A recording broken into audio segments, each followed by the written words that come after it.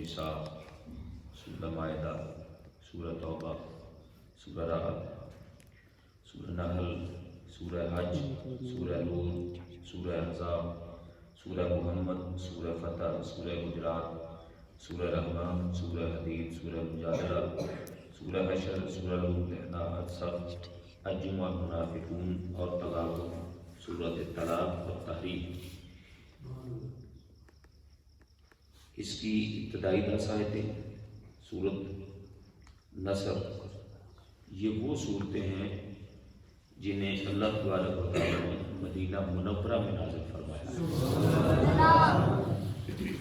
اچھا، خوبصورت جو پہلو ہے سمجھنے کے قابل تو یہ ہے کہ اللہ پاک نے جتنی کتابیں پہلے عطا فرمائیں انبیاء کو یا صحائف دیے، تو وہ اس طرح نہیں ہوتا تھا کہ نبی جہاں ہوتا وہاں نازل ہو جاتا، حکم ہوتا تھا کہ آؤ اور لے جاؤ، موسیٰ طور پہ آؤ اور میری کتاب کو لے جا، عیسیٰ آؤ اور میری کتاب کو لے جا۔ لیکن یہ شرف انبیاء میں ہمارے آقا مولا صلی اللہ علیہ وسلم کو حاصل ہے کہ آقا اگر مکے میں تھے تو قرآن مکے میں نازل ہوا،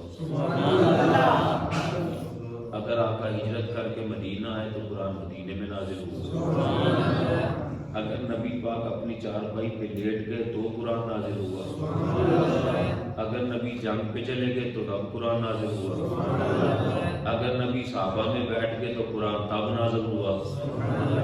یعنی جہاں جہاں نبی جاتے گئے قرآن سرکار کے پاس وہاں وہاں پہنچتا چلا گیا۔ ایون کہ اما عائشہ صدیقہ رضی اللہ تعالی عنہا کے لحاف میں قرآن نازل ہوتا رہا۔ تو قرآن کچھ مکی ہے اور کچھ مدنی ہے، یعنی مکی وہ جو مکے میں نازل ہوا اور مدنی وہ جو مدینہ منورہ میں سرکار کے قلب اطہر پر نازل ہوا۔ اچھا، اس کے علاوہ باقی ساری صورتیں مکہ مکرمہ میں نازل ہوئی ہیں۔ قرآن کریم کی آیات کی تعداد 6000 اور اس میں اس سے زیادہ میں اختلاف ہے۔ کسی نے کچھ لکھا ہے، کسی نے کچھ لکھا ہے، میں قطع نظر اس طرح سے آگے گزرتے ہوئے حضرت عطا بن یسار فرماتے ہیں کہ یہ 77,439 کلمات ہیں قرآن پاک کے۔ اور حضرت مجاہد یہ بڑے معروف تابعی ہیں۔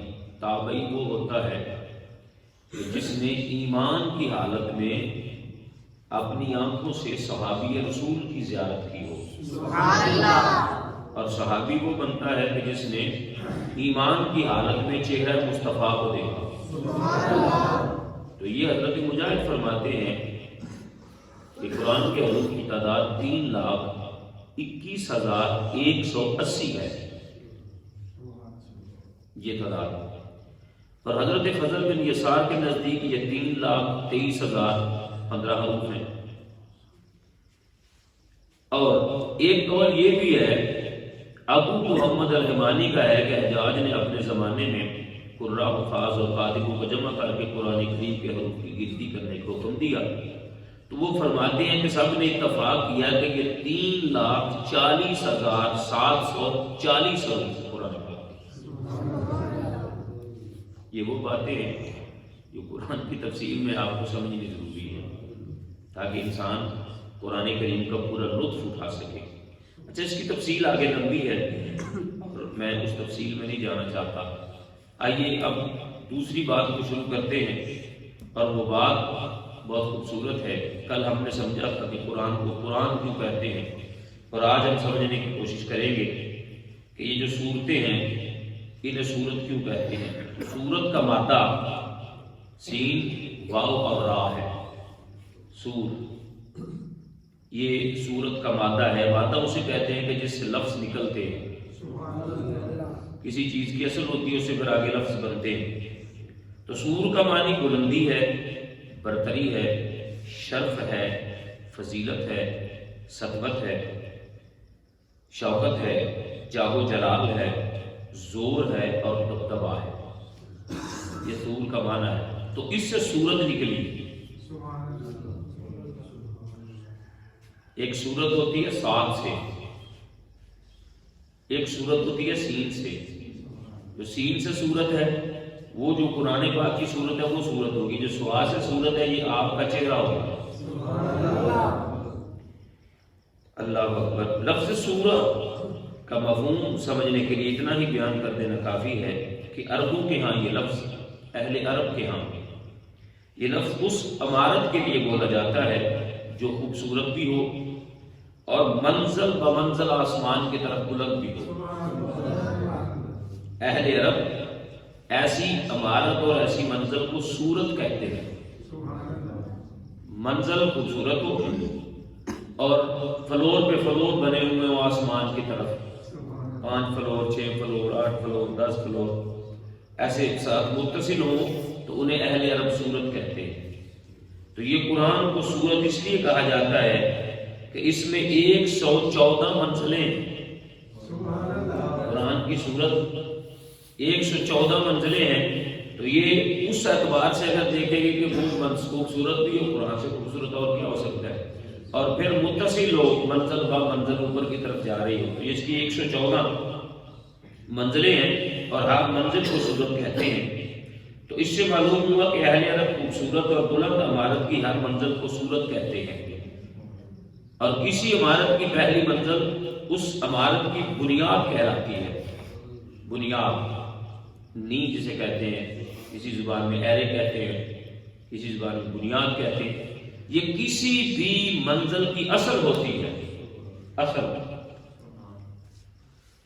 اس لیے سورت فاتحہ کا ایک نام سورت الاساس بھی ہے۔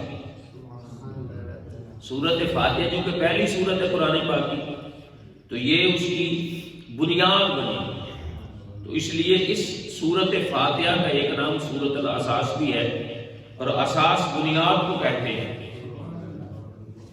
اساس بنیاد کو کہتے ہیں۔ مطلب یہ ہوا کہ یہ سورت پورے قرآن کریم کی بنیاد ہے۔ ترتیب کے اعتبار سے یہ سورت سب سے پہلے نمبر پر ہے۔ قرآن کریم میں اگر کوئی سورت مکمل طور پر سب سے پہلے نازل ہوئی تو وہ یہی سورت فاتحہ ہے۔ سب سے پہلے اللہ پاک نے مکمل سورت جو نازل فرمائی یہ سورت فاتحہ سے۔ باقی اس طرح ہوتا تھا کہ کسی سورت کے کچھ حصے اللہ پاک نازل کر دیتا، سرکار فرما دیتے کہ اس کو فلاں جگہ پہ لکھیں، پھر اللہ پاک کچھ اور اسے نازل کرتا ہے، پھر حکومت سے فلاں جگہ پہ لکھے۔ تو لیکن سورت فاتحہ جو ہے یہ اللہ پاک نے مکمل نازل فرمائی ہے سب سے پہلے، اس لیے اس کا نام بنیاد بھی ہے، سورت الاساس۔ ایک بات یہ بھی ذہن نشین کر لیں کہ کچھ صورتیں مکی ہیں جو مکہ میں ہجرت سے پہلے نازل ہوئی، اور کچھ صورت مدنیہ ہیں جو مدینہ پاک میں ہجرت کے بعد نازل ہوئی۔ سورت فاتحہ یہ مکیہ ہے۔ اللہ تعالیٰ نے یہ سورت نبی کریم صلی اللہ علیہ وآلہ وسلم کو مکہ مکرمہ میں عطا فرمائی۔ اللہ تعالیٰ ارشاد فرماتا ہے وَلَقَدْ آتَيْنَاكَ سَبْعًا مِنَ الْمَثَانِِ وَالْقُرْآنِ الْعَظِيمِ، اور بے شک ہم نے آپ کو 7 آیتیں دی جو دہرائی جاتی ہیں اور عظمت والا قرآن آپ کو عطا فرما دیا۔ یہ سورت فاتحہ بار بار دہرائی جاتی ہے، 7 مثانی بار بار۔ آپ دیکھ لیں کہ ہر رکعت میں آپ نے ضرور پڑھنی ہے، اس کے علاوہ بار بھی جائیں گے۔ سورت فاتحہ لوگوں کا مشغلہ ہے، سورت فاتحہ آگے آئے گا انشاءاللہ۔ سورت فاتحہ پڑھ کر آپ دم بھی کریں گے تو لا علاج بیماری بھی اللہ پاک سورت فاتحہ کی برکت سے ٹھیک فرما دے گا۔ سورت فاتحہ کی عظمتیں ہیں الحمدللہ، اللہ پاک نے یہ ایسے جیسے قرآن کی بنیاد نہیں بنایا، اس میں بہت کچھ ہے لیکن ہے سمجھنے والوں کے لیے۔ 7 کو کہتے ہیں مثانی جن کو بار بار دہرایا جائے، مطلب یہ کہ بار بار پڑھی جانے والی 7 آیتیں۔ 7 مثانی سے مراد سورت فاتحہ ہے۔ سورت فاتحہ وہ سورت ہے جسے نماز میں بار بار پڑھا جاتا ہے۔ بعض علماء نے یہ بھی فرمایا کہ سورت مکیہ ہے، لیکن اللہ تعالیٰ نے اس کے شرف اور بزرگی کی وجہ سے اسے 2 مرتبہ نازل فرمایا،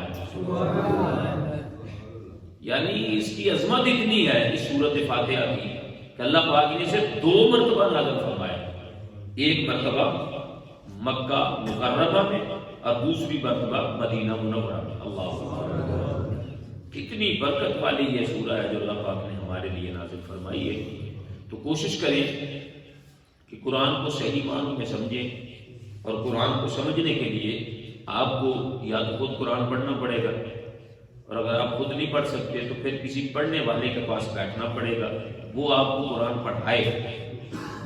اور میرا یہ مشورہ ہے، جتنے احباب آپ بیٹھے ہیں اور یا جو دوست اس ویڈیو پیغام کے ذریعے اس گفتگو کو سنیں گے، میری گزارش یہ ہے کہ قرآن جب بھی آپ پڑھیں تو ترجمے کے ساتھ پڑھیں،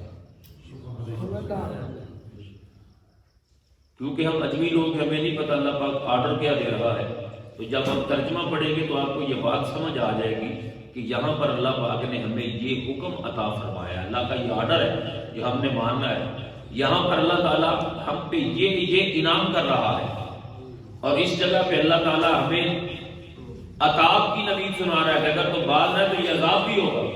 تو یہاں پر اللہ تعالیٰ اپنے نیک بندوں کے تذکرے بیان کر رہا ہے، یہاں پر اللہ تعالیٰ ہم سے کچھ سوال کر رہا ہے، یہاں اللہ تعالیٰ ہمارے سوالوں کا جواب دے رہا ہے. تو یہ تب ہی آپ کو سمجھ آئے گا جب آپ سب احباب قرآن حکیم کو ترجمے کے ساتھ پڑھنے کی کوشش کریں گے، اور ترجمے میں بھی کوشش یہ کریں کہ ہر ایرے گارے کا ترجمہ نہ پڑھیں. جو بھی آپ کو ایرا گارا ملے گا اس کا ترجمہ جو ہوگا وہ آپ کے ایمان تک کو فارغ کر دے گا. ایسے بھی ترجمے لوگوں نے کر دیے. آپ نے جب بھی قرآن حکیم کا ترجمہ پڑھنے کی کوشش کرنی ہے تو سب سے پہلے یہ کوشش کرنی ہے کہ جس کا ترجمہ آپ پڑھ رہے ہیں وہ سنی ہے، اہل سنت ہو، عاشق رسول ہو، یا رسول اللہ کہنے والا، اس کا ترجمہ آپ نے پڑھنا ہے. اور پھر دیکھیے گا کہ وہ قرآن حکیم کا ترجمہ آپ کے اندر، آپ کے سینے میں نبی کریم صلی اللہ علیہ وسلم کی محبت، قرآن کی محبت اور اللہ کا یہ کلام ہے، اللہ کی محبت کس طرح پھر آپ کے سینے میں آتی ہے. یہ آپ کو تب ملے گی جب آپ قرآن کو سمجھ کر پڑھنے کی کوشش کریں گے. تو میری دعا ہے کہ اللہ پاک ہمیں قرآن کو سمجھنے اور سمجھ کر اس قرآن پہ عمل کرنے کی توفیق عطا فرمائے. تو کوشش کریں کہ جو قرآن نہیں پڑھے ہوئے وہ قرآن پڑھ لیں. یہ رمضان شریف کا مہینہ ہے، آپ کو بڑی ہی برکتیں مل جائیں گی. مجھے سمجھ نہیں آتی کہ آپ قرآن کیوں نہیں پڑھ سکتے، کیوں نہیں پڑھ رہے. یہ مجھے سمجھ ویسے ابھی تک نہیں آ سکی. جو بندے نہیں، ایک بندے کی میں ہمت کو داد دیتا ہوں. اس بندے نے کہا جی میں نہیں پڑھا اور مجھے نورانی قاعدہ پڑھا ہے، اس نے پڑھنا شروع کر دیا. انشاءاللہ یہ مہینہ ختم نہیں ہوگا وہ اپنا نورانی قاعدہ مکمل کر چکا ہوگا، اور یہ قرآن اس کے ساتھ جائے گا. آپ کے بھائی، آپ کے دوست، آپ کی اولاد ہر چیز میں حصہ دار ہوگی، لیکن یہ قرآن جو پڑھ رہے ہیں نا آپ، یہ آپ کے ساتھ جائے گا، اسے کوئی نہیں بانٹ سکے گا. لیکن اگر اللہ نے یہ کہہ دیا کہ بتا کام تو سارے ہی کرتا تھا، میرے قرآن کے لیے تیرے پاس ٹائم کیوں نہیں تھا، تو کیا جواب ہوگا؟ یہ تو ہے کہ آپ اپنے بچوں کو دکان پہ کھڑا کر دیتے ہیں، مزدوری پہ بھیج دیتے ہیں، پڑھنے کے لیے بھیج دیتے ہیں، بڑی بڑی فیسیں دے کر، پینٹ شرٹ پہنوا کر انہیں بھیجتے ہیں کہ یہ اچھا انسان بنے. لیکن وہ کیا اچھا انسان بنے گا کہ جس کے پلے میں قرآن ہی نہیں ہوگا؟ وہ کیا بندہ بنے گا جس کے سینے میں اللہ کا کلام ہی نہیں ہوگا؟ وہ کیا تاجدار کائنات صلی اللہ علیہ وسلم کو امتی بنے گا کہ جس کے سینے میں اللہ کے قرآن کا خزینہ ہی نہیں ہوگا؟ خدا را کوشش کریں کہ اپنی آنے والی نسلوں کو قرآن کے قریب کریں، اپنے گھروں میں قرآن کی بہاریں لے کے آئیں. خدا کی قسم ہے کئی قسم کی پریشانیاں اور بیماریاں آپ کے گھروں سے نکل جائیں گی، لیکن شرط یہ ہے کہ آپ کے گھر میں قرآن ہونا چاہیے. اللہ تعالیٰ ہمارے حال پر لطف و کرم فرمائے، اور اللہ پاک ہمیں قرآن کے ساتھ جڑنے، قرآن کو پڑھنے اور قرآن کو سمجھنے کی توفیق عطا فرمائے. وما علینا الا البلاغ.